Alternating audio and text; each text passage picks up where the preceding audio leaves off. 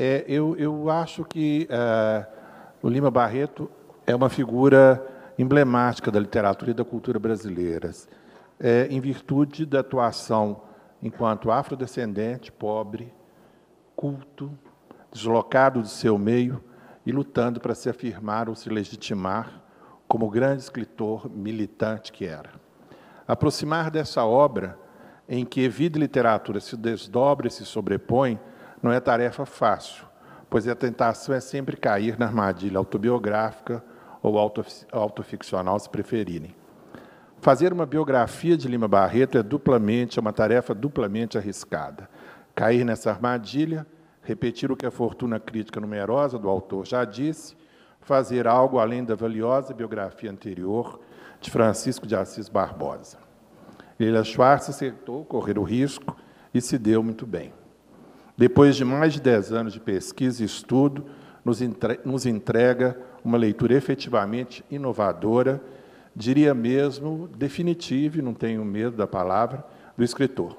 A história dos Lima Barretos, a história dos Barretos é uma história de famílias negras. Quando eu comecei a pesquisa, seria uma pesquisa sobre as famílias negras no Brasil durante o Império.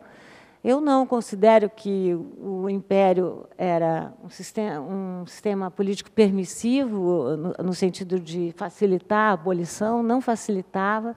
Hoje nós sabemos que o número de manumissões era muito pequeno, não passava de 1% ao ano, é um número inacreditável.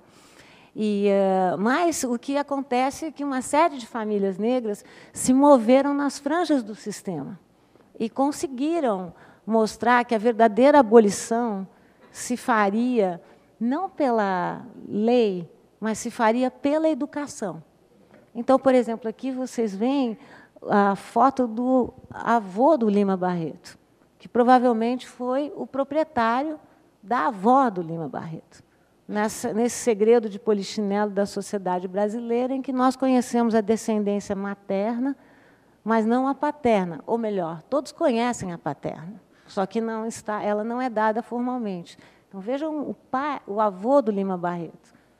Essa é a figura do pai do Lima Barreto, que é uma figura memorável. João Henriques estudou para ser tipógrafo, também era filho de escravizado, neto de escravizados, os dois eram netos dos dois lados. Estudou para ser tipógrafo, virou um tipógrafo. Aqui na foto vocês veem como ele se apoia bem na balaustrada para a foto não sair tremida. Provavelmente teve que emprestar essa roupa, o colarinho está frouxo, o cabelo dividido, domou a carapinha, como se falava. E ele tinha todos os sonhos, né? Tanto que ele traduz, esse João Henrique já tipógrafo, ele é o primeiro tradutor do Manual do Aprendiz Compositor. E traduz do francês, e é a primeira obra de tipografia que nós temos. Ele teve uma sorte e um azar na vida. Ele era apadrinhado do Visconde de Ouro Preto, futuro Visconde de Ouro Preto, que era chefe do último gabinete do Império. Quando o Ouro Preto cai, João Henriques é o primeiro desempregado da República. Então, Lima Barreto já fala dessa questão muitas vezes. Essa é a imagem de Dona Amália Augusta. Dona Amália Augusta, também neta de escravizados, estudou, virou professora e diretora de uma escola, o Santa Rosa, em Laranjeiras, que é o lugar onde eles vão morar quando eles se casam. Então, vejam que o casal Barreto é um casal que tinha também todos os sonhos, por isso que eu citei, como Lima Barreto. Só que o futuro seria matreiro com os Barretos. Dona Amália Augusta contrairia a tuberculose, teve problemas logo no primeiro parto. Lima Barreto foi o segundo filho, nasceu no 13 de maio, mas 7 anos antes, que ele consideraria um presságio sobre a literatura que ele faria. E a Dona Amália, logo no terceiro, depois de Lima, contrai a tuberculose, não se livraria dela, andaria de muletas e morreria um pouquinho antes da abolição da escravidão.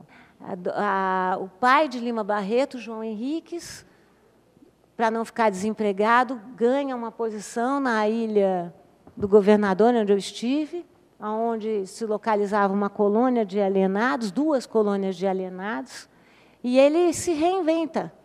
Tanto que, na minha opinião, acho que isso é novo. Eu digo que Policarpo Quaresma é João Henriques, porque é um personagem que, João Henriques, o pai de Lima, que se reinventou administrador, que se reinventou agrônomo, era contra a batata inglesa e a favor da batata brasileira, como Policarpo Quaresma, né, que era a favor do Tupi-Guarani. Né? João Henriques também era louco por ordem, né? Como Policarpo, que dizia Lima Barreto, a vizinhança toda não usava relógio, porque bastava ver a hora que Policarpo saía e voltava de casa. Né? Era muito mais prático.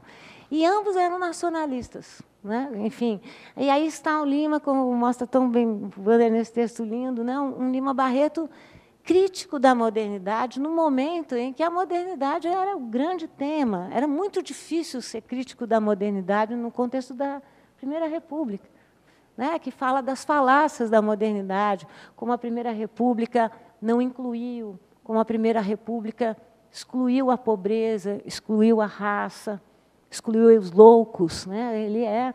O Lima Barreto é um crítico feroz do sistema manicomial, sistema que levou o seu pai, porque João Henriques, o orgulhoso João Henriques, que cuidava tanto das suas contas, em 1902 adoece justamente por conta de umas contas que não fechavam.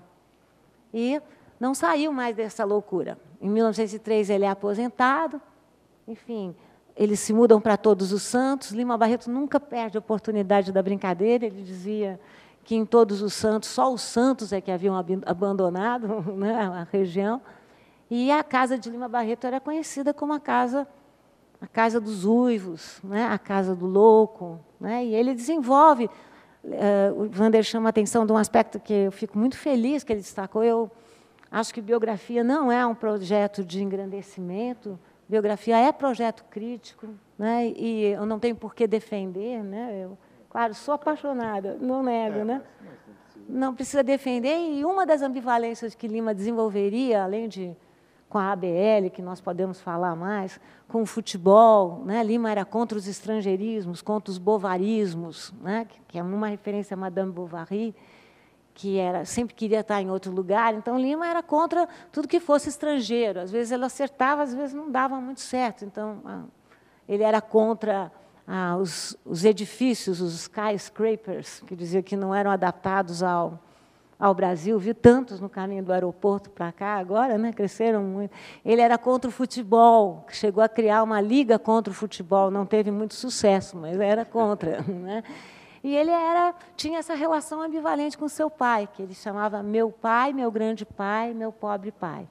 Né? Que era um pai que prometeu muito a Lima Barreto e que ele perde a mãe, perde o pai, e vocês não podem esquecer.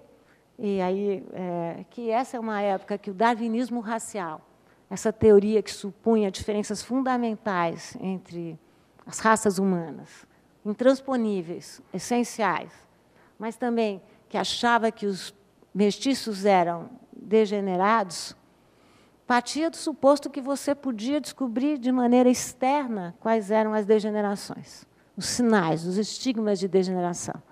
E os estigmas eram tuberculose, epilepsia, tatuagens no corpo e loucura. Vejam o que isso significou para o Lima Barreto, né? Que, enfim, que era um crítico do darwinismo racial, mas que ele próprio foi internado 2 vezes, em 1914 e 1918. Ele nunca teve exatamente alienações, foram alienações motivadas pela bebida e, sobretudo, pelos momentos em que ele resolvia parar de beber. A literatura médica, até hoje, descreve isso, que é nesses momentos que, muitas vezes, os pacientes veem monstros pelas paredes, imaginam os piores inimigos. No caso do Lima Barreto, eram baratas, né, que ele achava que estavam subindo por ele. E imagine como ele sofreu com a ambivalência dessa sua situação. Então, não era só a literatura dele, que ele não andava só assombrado com a sua literatura e vice-versa, né? A literatura assombrada com ele. E o Lima Barreto também é uma pessoa que escreve fácil, escreve direto. Então, eu achava que ele não merecia tudo que ele não merecia era uma biógrafa empolada e barroca, como Coelho Neto, né? Quer dizer, ele que detestava tanto Coelho Neto, e que ainda teve que amargar, se é que ele teve que amargar, porque, enfim, vocês não acreditam que... Bom, Coelho Neto é esse escritor que começa muito bem e que depois publica muito e vira para o Lima Barreto o protótipo, o símbolo dessa literatura mais arcádica, grega, né?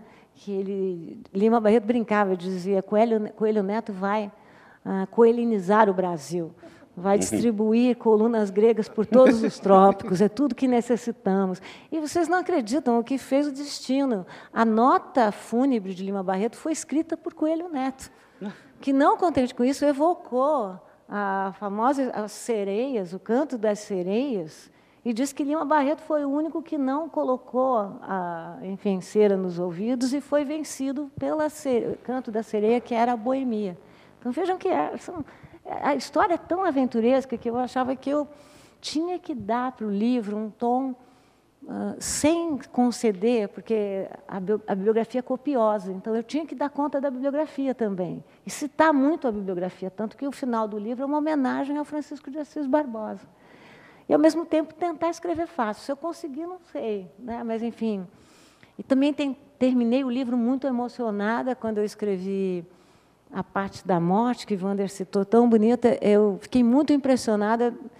Lima Barreto descreve a sua morte no último livro que ele publica. Não foi o último livro que ele escreveu, na verdade, foi o primeiro, mas ele publica, é o último que ele publica, porque ele data Clara dos Anjos e não consegue ver a publicação. E quando ele descreve a morte de Gonzaga de Sá, ele não tinha como saber, mas ele estava descrevendo a sua morte, a maneira como as pessoas recebiam a família, a maneira como o corpo foi para um caixão, como foi levada pelos vizinhos, como a turba foi aumentando, como Gonzaga de Sá e Lima Barreto tomaram o trem, né, viu o centro pela última vez, agora no seu né, na sua... já dentro de um caixão, e outras contradições. Lima Barreto detestava Petrópolis e detestava solenemente Botafogo. E ele foi enterrado no São João Batista, em Botafogo. Quer dizer, são esses... Já tinha o caju na época, já, né? Já, caju é muito antigo. Né? É. Foi impressionante, né? Era uma vida que...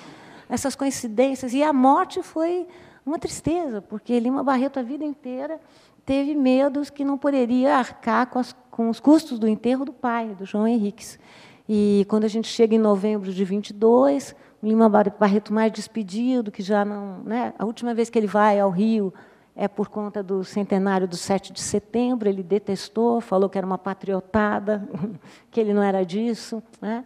Mas ele se despede do Rio, de alguma maneira, e, quando a gente chega em novembro, o médico da família avisa que João Henrique só teria mais 2 dias, e Lima Barreto está com o que ele achava que era um resfriado, né? E ele falou para a irmã dele, Evangelina, não cuida de mim, não, porque é a Evangelina que dá esse depoimento. Então, dá para imaginar a casa de Lima Barreto, como eu digo lá, que foi destruída. Ele morava aqui, assombrado pelos seus livros, que nem no Alto de Fé, e com a sua limana, que era a sua biblioteca, o João Henrique no outro quarto, e a Evangelina, a irmã, ficava entre os dois. E o Lima Barreto não sabia, estava com uma pneumonia, com uma arritmia, que ele sabia que era uma arritmia que também vinha da sua condição física. E, quando a Evangelina o deixa, ela volta um minuto depois para dizer que o pai estava delirando, e o Lima estava com a mesma revista que ele andava lendo, que era uma revista de Deux Mondes, que ele era assinante, revista dos Dois Mundos, e ele morreu com essa revista sobre ele, né? Francesa, dos Dois Mundos, como diz o Wander, o centro e os subúrbios, né? Ele que sempre esteve entre.